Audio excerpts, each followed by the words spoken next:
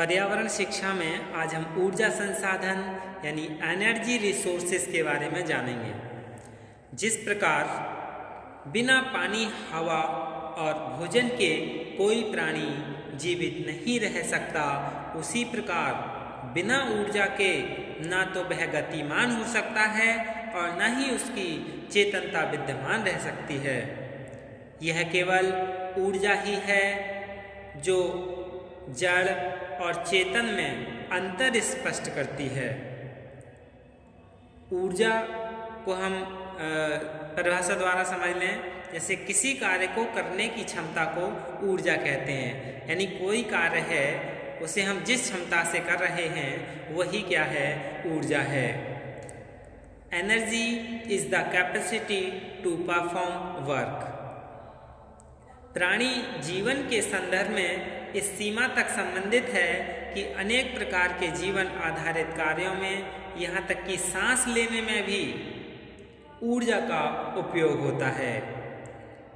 ऊर्जा जीवन के अस्तित्व को बनाए रखने तथा उसको सुचारू रूप से चलाने रहने के लिए अति आवश्यक है, लेकिन अपने जीवन के अतिरिक्त अन्य जितने भी कार्य जो संपन्न होते हैं या किए जाते हैं वे भी ऊर्जा से ही होते हैं।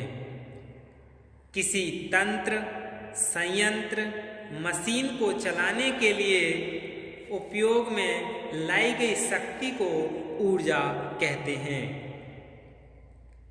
Energy is the power used by any system, instruction, machine to work.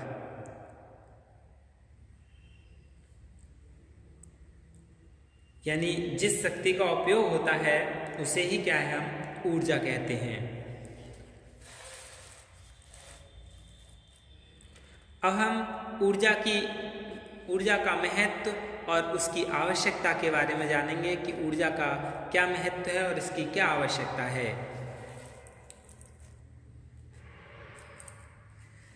Need and importance of energy.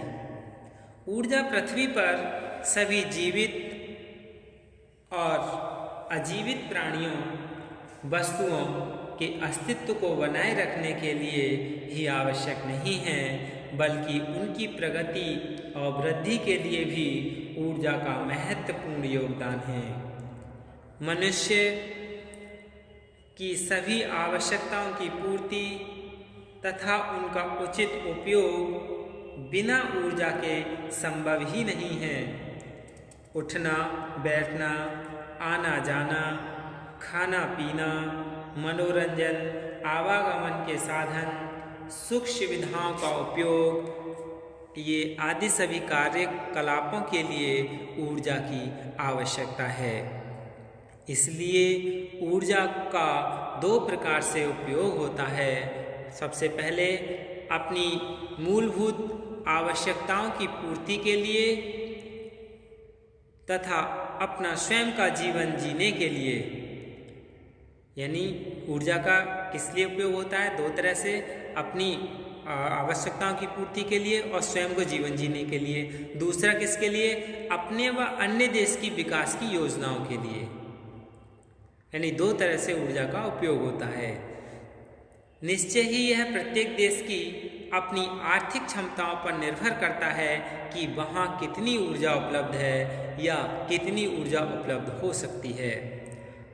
अब ऊर्जा केवल आवश्यकता के लिए ही नहीं, बल्कि आज वह देशों की समृद्धि नापने का मानदंड भी बन गया है, क्योंकि सीधे सीधे अधिक ऊर्जा अधिक आर्थिक विकास को परिलक्षित करती है और आर्थिक संपन्नता किसी भी देश की विकास की छवि को विश्व पटल पर प्रस्तुत करती है।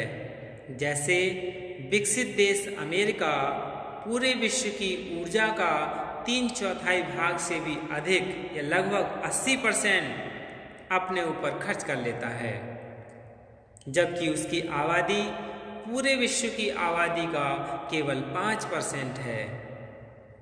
इसके विपरीत विश्व में ऐसे देश भी हैं जहां इतनी विपन्नता है कि वे अपनी न्यूनतम आवश्यकताओं की पूर्ति भी नहीं कर पाते ये विभिन्न देशों में ऊर्जा की असमानता बताते हैं और विश्वव्यापी संकट को भी प्रदर्शित करते हैं। आज मनुष्य की प्राथमिकताओं में अंतर आया है, इसलिए ऊर्जा की आवश्यकता प्रति व्यक्ति क्या है, बढ़ गई है। सुख सुविधाओं की उपलब्धता में भी ऊर्जा का ही योगदान है। जैसे प्रत्येक व्यक्ति अपने पास मोबाइल रखता है तो उसे चार्ज करने की भी बिजली की आवश्यकता होगी, और जो कि बिजली किससे बनती है, जल ऊर्जा से बनती है। निरंतर बढ़ती जनसंख्या ने अधिक ऊर्जा का उपयोग किया है, जो निरंतर बढ़ती जाती है और ऊर्जा संकट की भागीदारी बन रही है। ऊर्जा का उपयोग बहुत उचित नहीं है। आवागमन के ही साधन सुविधाओं की बात करें, 40 व्यक्ति एक बस द्वारा किसी स्थान पर पहुंचते हैं तो वह उस ईंधन का 2.5% ही व्यय करते हैं, जो प्रत्येक व्यक्ति के स्वतंत्र रूप से उसी स्थान पर कार से जाने पर होता है।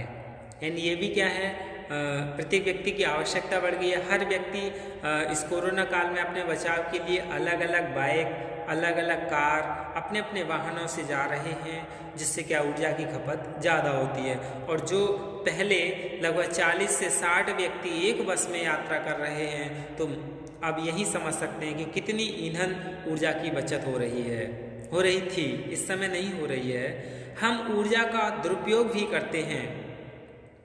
खाली कमरों में पंखे चलते हैं, बिजली जलती है और हम बंद नहीं करते।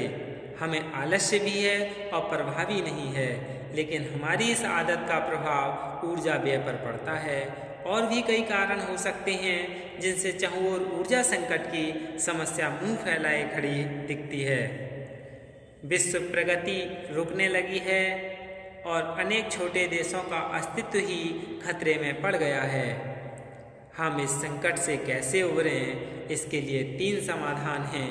वो कौन से 3 समाधान हैं जिनसे हम इस संकट से बच सकते हैं?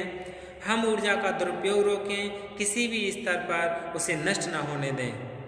दूसरा, हम ऊर्जा का उपयोग कम सीमित कर दें या उतना ही करें जितनी ऊर्जा हमें उपलब्ध हो सकती हो। यानी जितनी हमें उपलब्ध हो रही है उतनी का ही उपयोग करें, तब ऊर्जा का समाधान होगा। हम अपने देश की आवश्यकता अनुसार योजनाएं तैयार करें और उतनी ऊर्जा की आवश्यक रूप से व्यवस्था करें जितनी अपेक्षित हो। परंपरागत तरीके से ऊर्जा उपलब्धि यदि संभव न हो तो गैर परंपरागत तरीके के वैकल्पिक ऊर्जा के स्रोत खोजें और उनका उपयोग करें, जैसे सौर ऊर्जा का भी प्रयोग हो रहा है।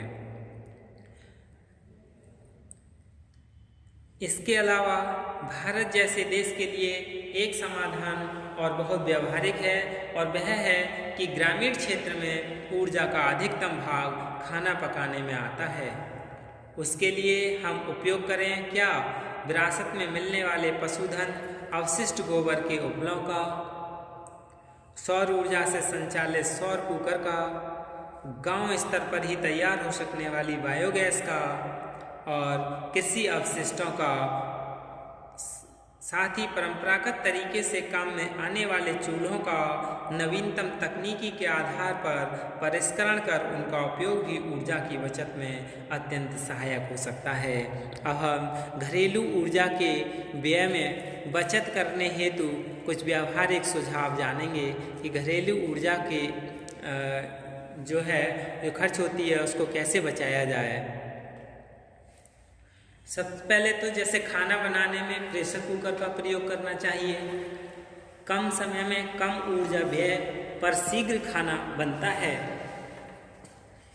एक साथ ही पूरे परिवार का खाना बनाने तथा एक साथ खाने की आदत डालें। इससे बार बार खाना गर्म करने से छुटकारा मिल सकता है और ऊर्जा की बचत भी निश्चित है। यानी इसी तरह से हम ऊर्जा की बचत कर सकते हैं।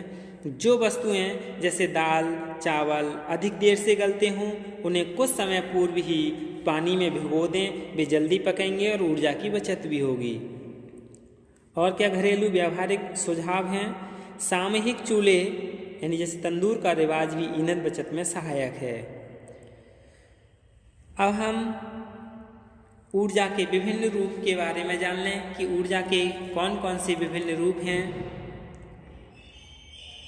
डिफरेंट फॉर्म्स ऑफ एनर्जी, यानी सब जैसे सौर ऊर्जा, सोलर एनर्जी, ये हमें किससे प्राप्त होती है? सूर्य से प्राप्त होती है। फिर तापीय ऊर्जा यानी थर्मल और हीट एनर्जी, विद्युत ऊर्जा इलेक्ट्रिक एनर्जी, चुंबकीय ऊर्जा यानी मैग्नेटिक एनर्जी, और गतिज ऊर्जा काइनेटिक एनर्जी, स्थितिज ऊर्जा पोटेंशियल एनर्जी, आणविक ऊर्जा यानी न्यूक्लियर एनर्जी, और रासायनिक ऊर्जा यानी केमिकल एनर्जी। आणविक ऊर्जा यानी जो सौर ऊर्जा थी उसे तो हम सूर्य से प्राप्त होती है। आणविक ऊर्जा आणविक ईंधन यानी यूरेनियम 235 के विखंडीकरण से मिलती है।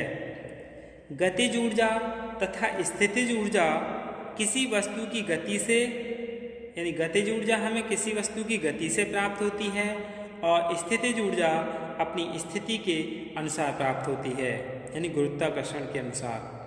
शेष सभी जो ऊर्जाएं हैं उनके रूप जैसे तापीय, विद्युत, चुंबकीय, रासायनिक परस्पर परिवर्तन से होते हैं, क्योंकि यह थर्मोडायनेमिक्स के प्रथम नियम के अनुसार, जैसे क्या था ऊष्मागतिकी का प्रथम नियम, ऊर्जा ना तो उत्पन्न की जा सकती है और न ही इसे नष्ट किया जा सकता है, केवल उसका एक प्रकार से दूसरे प्रकार में रूपांतरण हो सकता है, यानी एक रूप से दूसरे रूप में बदल सकती है। जैसे वनस्पति, पेड़ पौधे और सौर ऊर्जा को अपने में अवशोषित कर उसे रासायनिक ऊर्जा में परिवर्तित कर लेते हैं, तो उनके स्वयं की वृद्धि तथा आगे संचालन हेतु कार्य में आती है।